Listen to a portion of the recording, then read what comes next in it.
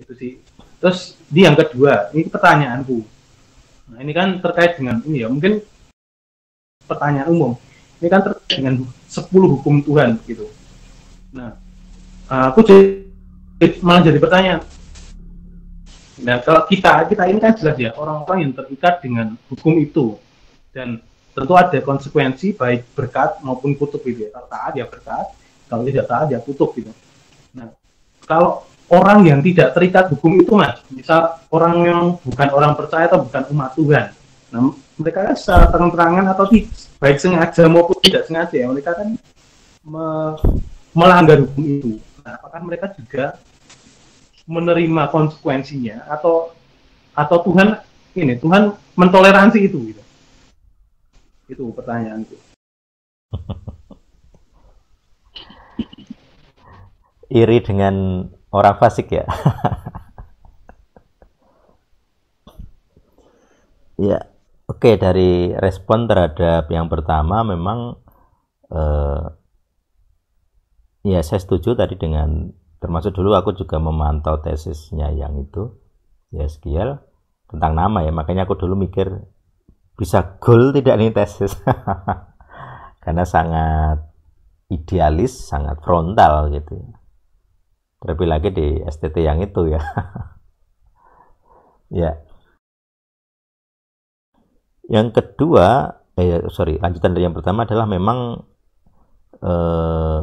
ada, makanya aku tadi membahas tentang ancaman gitu ya. Kalau tadi dibahas ya sudah bukan hanya ancaman tapi sudah penghukuman. Tetapi di perintah ketiga ini memang ada ancamannya gitu.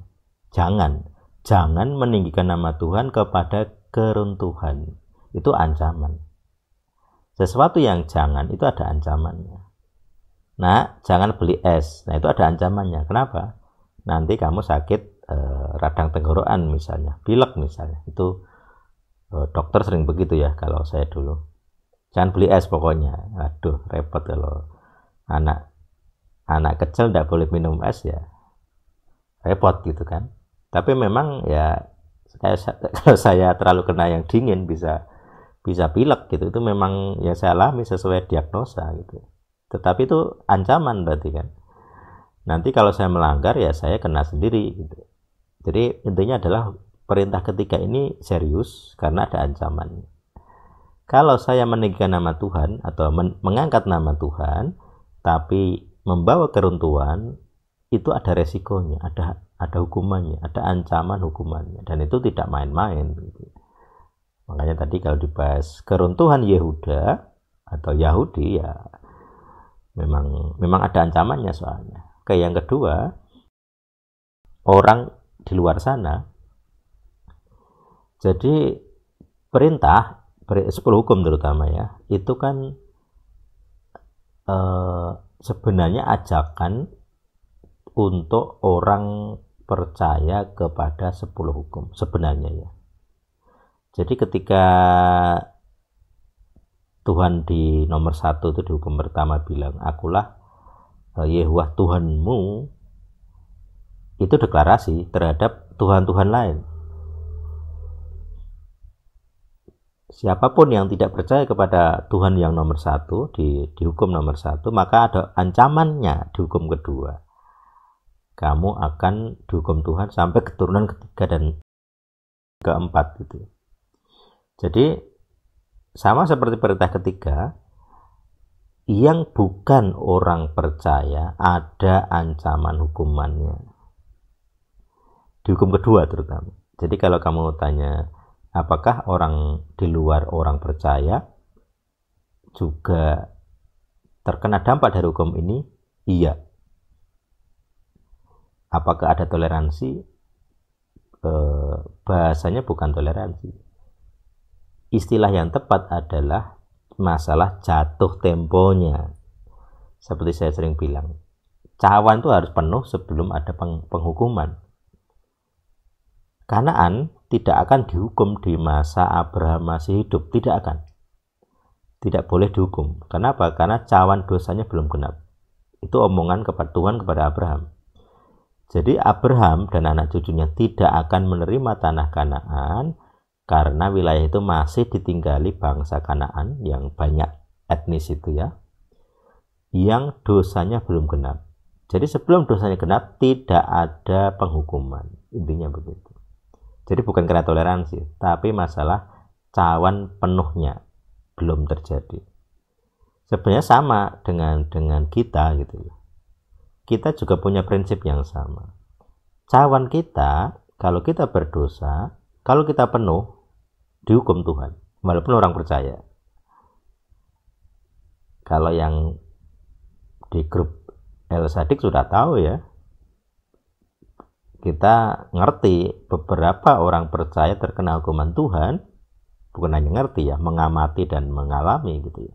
Beberapa orang percaya mengalami hukuman Tuhan ketika jatuh tempo, ketika cawannya penuh. Jadi cawan penuh ini berlaku untuk semua orang, nggak hanya orang percaya, tapi juga orang di luar sana.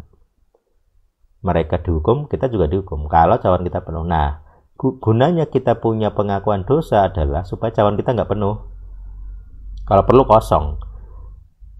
Jadi cawan kita sebenarnya ada isinya, yaitu dosa-dosa leluhur gitu ya. Ini harus kita bersihkan. Makanya kalau cawan dosa leluhur ini tidak kita bersihkan, makin lama kita hidup itu dosanya bertambah karena ada bunganya. Bunganya apa? Kita diharuskan berbuat dosa terus. Jadi tambah terus dosanya sampai penuh. Nah, nanti kalau penuh kita akan kena petaka.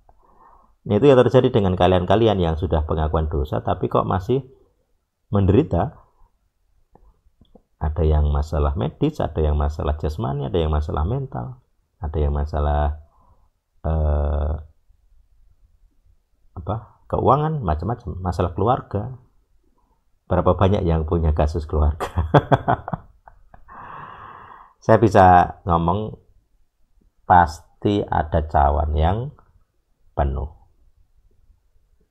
Jadi ketika kalian mengalami deal gitu ya, penderitaan itu, rumusnya adalah pasti ada cawan penuh. Ini berlaku untuk Kristen tidak Kristen, yang percaya Tuhannya Yehova atau bukan, sama.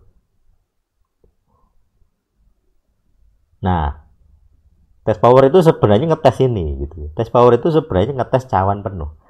Jadi tes power itu kalau kita nggak peka apakah cawannya penuh tidak, kita ngoyo, rugi gitu. Tapi kalau kita merasa cawannya udah penuh, ini kan pengilhaman ya, kita langsung bisa tes power sebenarnya. Ini yang mungkin belum saya jelaskan. Jadi tes power itu harus ngerti cawan penuhnya. Makanya perlu riset, perlu pendataan, perlu bukti dosa. Makanya kalau Jeffrey bilang tadi di ranah privat, aku tidak punya bukti dosa. Kecuali aku diberi pengilhaman, oh dosamu sudah penuh. Kalau sudah begitu, ya goodbye gitu. Sama seperti dulu di yang Bara bilang dulu ya. Dia diberi pengilhaman.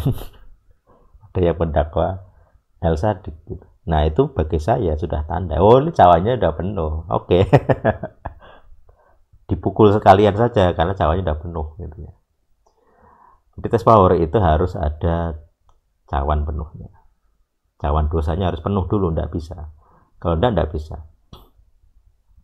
Makanya beberapa kegiatan El Sadik yang tertunda, yang seperti saya ceritakan tadi, yang bisa kita pahami sebagai kegagalan gitu, itu karena cawannya belum penuh.